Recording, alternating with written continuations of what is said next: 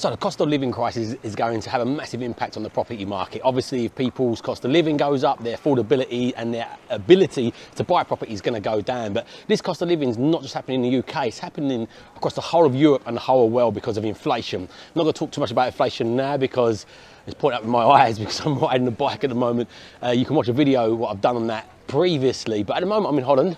I'm in Haarlem, visiting family, and I thought let's have a look at the difference of how these different European countries are handling the cost of living in comparison to the UK, and also let's have a little look at what effect Brexit is going to have on this cost of living crisis as well. But I think before I hurt somebody and hurt myself, give me a like right now if you don't mind, and before I cause anybody any more dangers, let's actually just jump off and find somewhere else to record the rest of this video.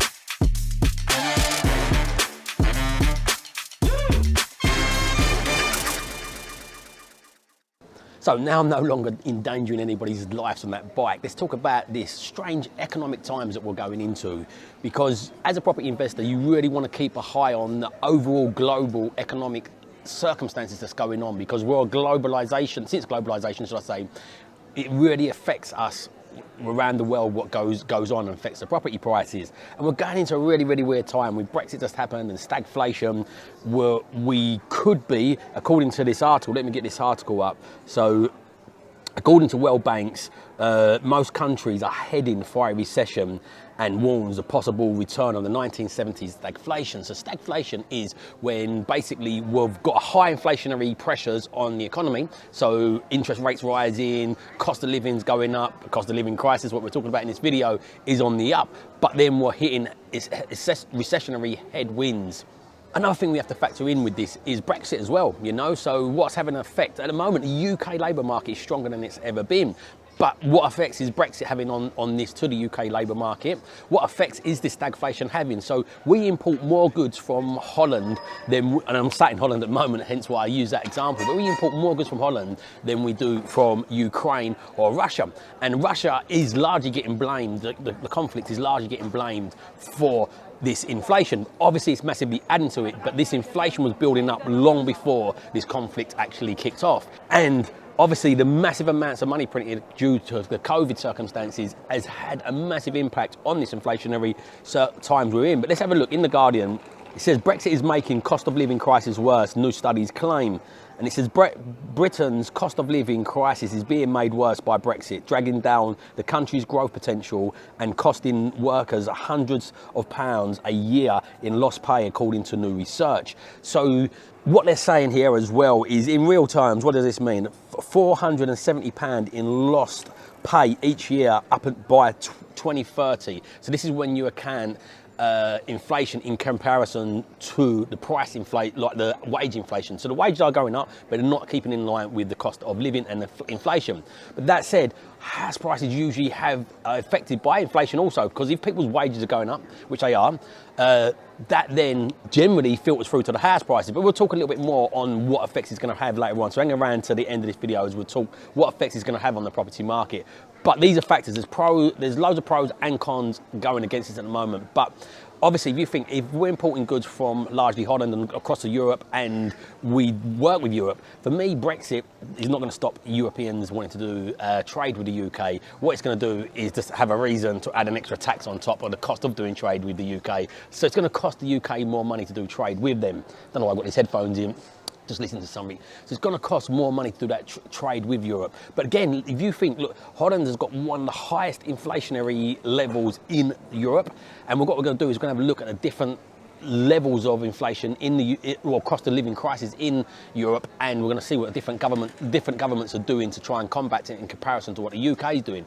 But Holland is really high. So that obviously the fuel, the energy, all these costs are exponentially going up. And what this is doing is the cost of shipping stuff to the UK is more expensive. The cost of driving it, the cost of making it, the cost of storing it, the cost of handling this stuff is all on the up, which has a massive impact on that price coming to us in the UK. So if this is having such a price on this, let's just see how the different European countries are handling this. And then obviously, because I'm sat in Holland, if you haven't watched any of my videos before, my wife's living my terms, and one of the things I do is travel regularly. I'm not going to go too much in depth of how I manage to travel and still work, because I've done a video of a day in the life of me actually being in Holland, running my business. So if you want to watch that and you want to learn how you can do that, make sure you watch this video. But look, let's go into what these other governments around Europe are doing to support their citizens, basically, because the UK are being criticised at the moment, and the government, obviously it's in turmoil with obviously Boris leaving, no PM as time of recording this being replaced, and it seems like they've lost their tails a little, they're chasing their tails a little bit at the moment, and they're getting criticised heavily in comparison of what help they're giving people. The £400 towards your energy costs, people are moaning around. Hang around to the end, I'll give a little link for that energy cost in the link as well. But that £400 for your energy costs, people are saying it's just not enough in comparison to what some of these other countries are doing. But let's have a look what these other countries are doing. So this is according to snp.org, and it says food prices are rising, energy prices are soaring. They are on track to hit over £3,600 a year from January. And the UK Tories are too distracted by the increasing right-wing leadership contest to do anything about it. So as I said, people are saying they're too distracted, and what are they doing? So this site is basically picking holes in the Tories.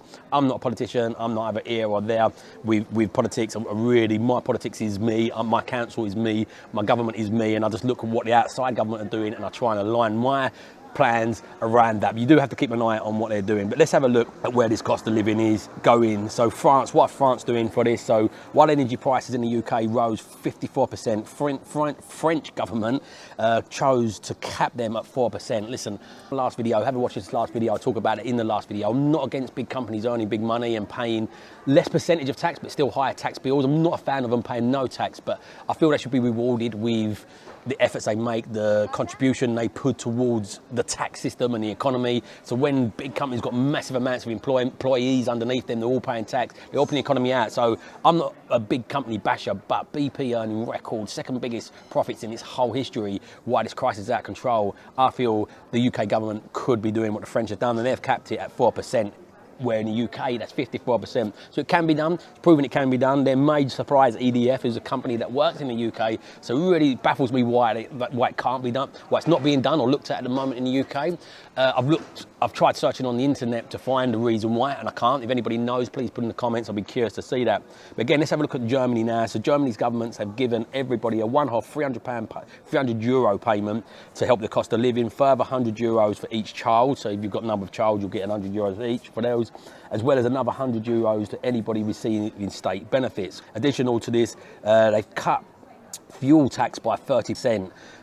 So the VAT version of that in Germany, they've cut that down by 30%, so you're going to pay less on the fuel. But obviously, Germany have been really hit by this cost of living crisis because they're really heavily reliant on gas from Russia, so they've had a big impact on that. So let's look at Spain, what Spain are doing. So Spain have lowered VAT on energy bills from 21% to 10%, while taxes on electricity have been cut from 7% to 0.5%. So again, quite another significant move.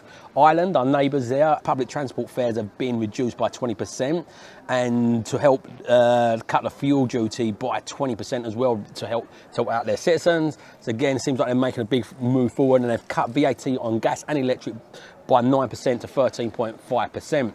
The Netherlands, the country I'm in at the moment, to help with the rising inflation, the Dutch government have offering eligible, I'm a bit dyslexic, so apologies on the reading, households a one-off energy allowance of €800. It has also lowered VAT on energy at 21% to 9%, and going further than the UK, delivering fuel duty cuts on petrol and diesel by 21%. And again, this site is really criticising the UK because they've been a bit behind. But as I said at the top of this article, in this site is they're in the air with working out who's going to lead their government at the moment. So I guess this is going to have an effect on them working out a plan with this. Again, it says, meanwhile, the UK is the only major economy to put up taxes on working people during the cost of living crisis. So I'd love to hear your views around the way different countries are handling this. What do you think? Do you think that Britain's got the right approach or wrong approach? Should they adopt an approach from one of these other countries? And yeah, what's your views? Stick in the comments what you think around that. But let's have a little think around how this is going to affect us as property investors. So as mentioned at the start when I was riding my bike and nearly killing myself and everybody else. Basically, obviously, if the cost of living keeps going up, so we've got interest rates going up. Done a video on that, so I'm not going to talk too much about that. You can watch that here. But yeah, if your cost of fuel, the cost of energy, the cost of your food, the cost of your mortgages are all going up, obviously this is going to have an impact on the cost of what people can afford in their homes. So that will have a bit of an impact on the housing market. Also, what you've got to think about is inflationary pressures on the building market. So at the moment, the cost of building is going up massively. Look, this article in 118 Property is saying that average new build cost has risen 10.2%, further fueling the house price inflation. So this is having an inflation on the cost of homes. If it costs more money to build homes, the builders got to charge more money to sell these homes. But obviously, as I said, everybody's wages are going up, so it's kind of spiraling like into one place. But it's showing a difference here. So look, in 2021, the average square footage to build a home, a construction cost was 2,375. In 2022, that's jumped up 2,617, an increase of £241. So it's a massive jump. That's the average construction cost. The average property size was around 73, same size, and the estimated construction cost, I'm not quite sure what they mean by that, but the increase, I'm not sure, the top of this chart is said in construction cost, 174,000. Oh, this is the price of constructing a building, the average square footage building. Just got that. Apologies, it's been a long journey driving out here. But yeah, so the estimate cost of building a new property is £174,000 in 2021 and £192,000 in 2022. Up £17,000 to build the average size new building, 10.2%, 20% increase. So obviously that is going to have, it could have, look, there's only so far this can keep on increasing, and if everybody's cost of living keeps on going up, it should, and theoretically, stagnate the market, but the market has been defying gravity for a long while. But one of the factors you've got to think about is property is a fantastic hedge against inflation. Well, the right style properties are the fantastic hedge against inflation, because time in the market is always going to beat time in the market. And if you can't afford your mortgage because the interest rates are too high to service your loan, and the rents are too low to cover that, then you're going to lose your property unless you can top that up yourself. And that's not property investing. That is just craziness. I don't even know what word to put on that, but it's just craziness. So property can be an edge if you get the right style properties. What are the right style properties? The right style properties are the right, depending on where you are on your journey. So if look, whenever there's uncertain times, there's massive uncertainty in the property market at the moment. None of us know what's going to happen. Is it going to go up? Is it going to go down? My thoughts are it's probably going to slow down and stagnate, but because of the lack of supply at the moment, and still a strong labour market and strong lending and strong availability to money, although the rates are higher, banks are still lending, and theoretically, in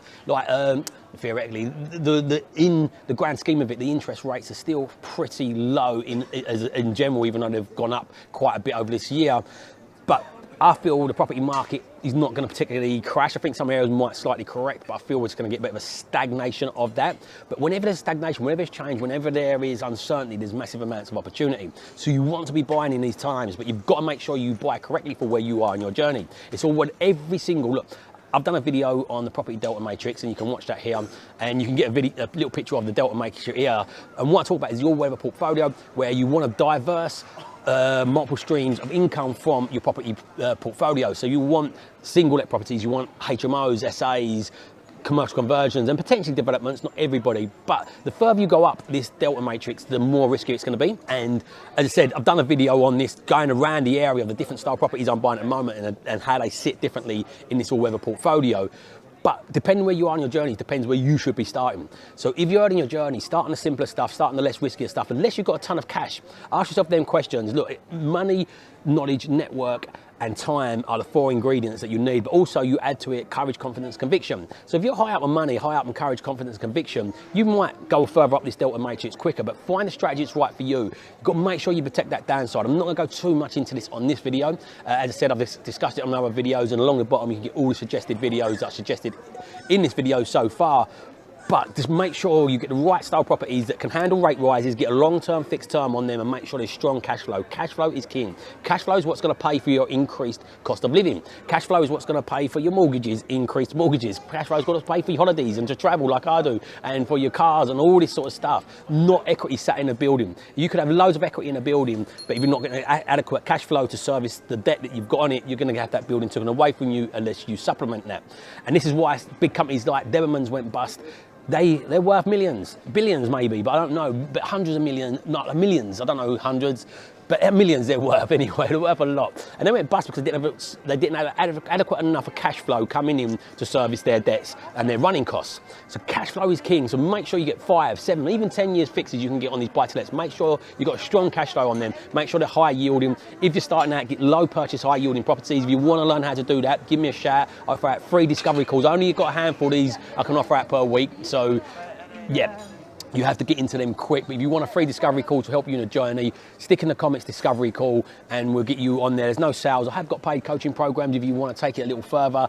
Again, put in the comments coaching programs, what we offer. I've got an on-patch training day where we'll take you around and show you different style properties as well. So if you're interested in that, put on patch in the comments. But listen, you do not sit on your hands. Do not let inflation erode your savings at the moment. There is a massive opportunity coming up, but just make sure you make the opportunity in line with where you are in your journey in every single level, from development to commercial conversions to HMOs, SAs and buy-to-let properties. There's opportunity in all of those, but that's going to be relevant to your skill, your money and your courage and conviction that you're going to have on that. So make sure you pick wisely. So watch that video as I said, so you can go through the exercise how you can pick wisely. But listen, my wife's living my terms and my mission is to help as many people live on their terms, using property as a vehicle to do that. So please hit that like button. If you've not done it already, hit the subscribe button and hit that bell icon so you're notified every time we release a video. At the moment we're releasing 2, but very soon we're going to start upping that to 3 a week. Massive thank you for everybody that stayed to the end. Massive thank you for everybody who's been showing support.